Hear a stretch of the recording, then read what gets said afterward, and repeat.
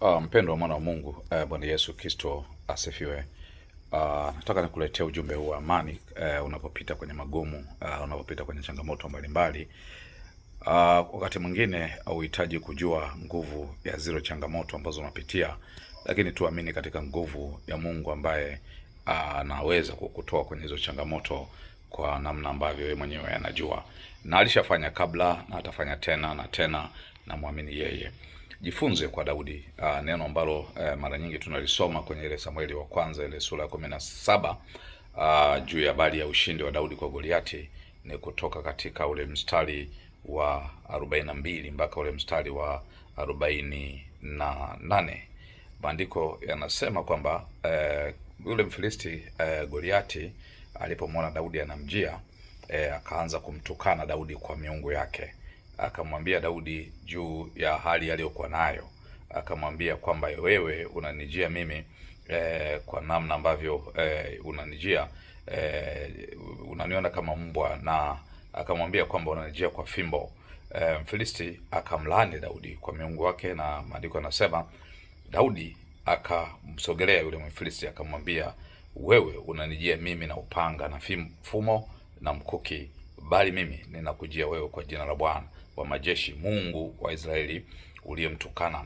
Na akasema, siku hii ya leo Bwana atakuwa mkononi mwangu, nami nitakupiga na kukuondolea kichwa chako, nami leo nitawapa ndege wa angani na wanyama wa nchi mizoga ya majeshi ya Wafilisti, ili kwamba dunia nzima wajue kuwa yuko Mungu katika Israeli, nao jamii ya watu wote pia wajue ya kwamba Bwana aokoi kwa upanga wala kwa mkuki, maana vita si vya Bwana.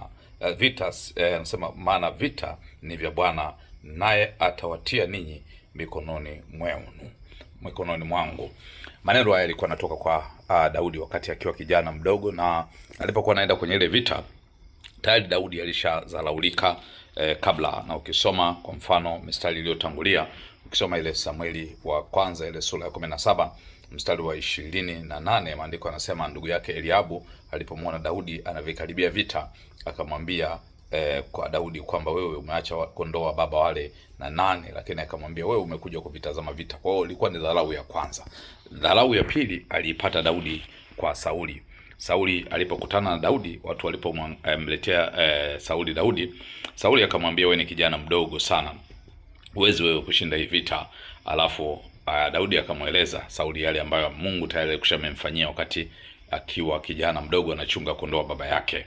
Akasema, mimi mtumishi wako nalimuua simba na dubu, na huyu Mfilisti asiyetahiriwa atakuwa si kitu pia mbele yangu. Maandiko yanasema Sauli aliposikia yale maneno akampa ridhaa Daudi, na akasema Daudi akasema, Mungu aliyeniokoa kwa katika makucha ya simba na dubu anaweza tena kuniokoa pia katika vita hii. Lakini Sauli akamvika Daudi mavazi. Biblia inasema akamvika mavazi ya vita na chepeo na shaba ya kichwani, akamvika pia dilii. Lakini Daudi baada ya kumvika hayo mavazi akamwambia Sauli, mimi siwezi kwenda vitani na hivi vitu kwa sababu sikuwahi kuvijaribu. Akavivua, na hivyo akachukua fimbo na akachukua pia na jiwe, akaenda katika vita. Mtumishi wa Bwana, unajua wakati mwingine kile ambacho unakipitia wewe mwenyewe ndio unajua, lakini pia una historia namna Mungu alivyokushindia kwenye kitu kama hicho wakati mwingine. Kwa kuna watu unaweza kukutana nao katika vita yako unaopigana, wanakutia moyo kwa namna ambavyo kama utashinda hiyo vita haitakuwa vita ya kwako tena, itakuwa vita ya kwao, wala itakuwa vita ya Mungu aliyekushindia. Sababu Sauli ambaye kwanza alimkatisha tamaa Daudi, kumuita yeye kijana mdogo, lakini pia ndio aliyempa vifaa. Daudi akiwa na hekima sana ya kimungu, akijua kwamba Mungu ndio anaenda naye vitani, akaamua kuvivua vile vifaa. Angeenda kushinda, maana ile vita ingekuwa vita aliyoshinda Sauli. Sauli angesema nimetuma vifaa vyangu vilivyoenda vitani na Daudi, na Daudi akavitumia kwa ajili ya ushindi. Hebu fikiria, Sauli alikuwa na vile vifaa lakini hakushinda vile vita. Uzoefu wa mtu mwingine usiutumie sana kuweza kupambana na jambo ambalo kwako unadhani kwako ni jipya kabisa. Uzoefu wa mtu mwingine unaweza ukautumia mahali ambapo pengine unaona hapa panahitajika, lakini sio kila wakati. Kama unamwamini Mungu katika jambo lolote lile, kama alifanya jana, amini na leo atafanya. Daudi hakuangalia ukubwa wa Goliati, wala hakuhitaji kujua CV yake, wala hakuhitaji kuangalia pengine katika uzoefu wake ameua wanajeshi wangapi, lakini yeye alichokifanya ni kumwamini Mungu na ukuu wa Mungu kwenye kila jambo ambalo alipitia na akamshindia. Kama Mungu anayeishi katika kipindi kile cha Daudi anaishi pamoja na sisi leo, maana yake ni nini? Mungu yeye atakuokoa na yote unaopitia. Haijalishi leo unapita kwenye hali gani, magumu ya kiasi gani. Hebu kumbuka tu maneno ambayo Daudi alimwambia yule Mfilisti Goliati.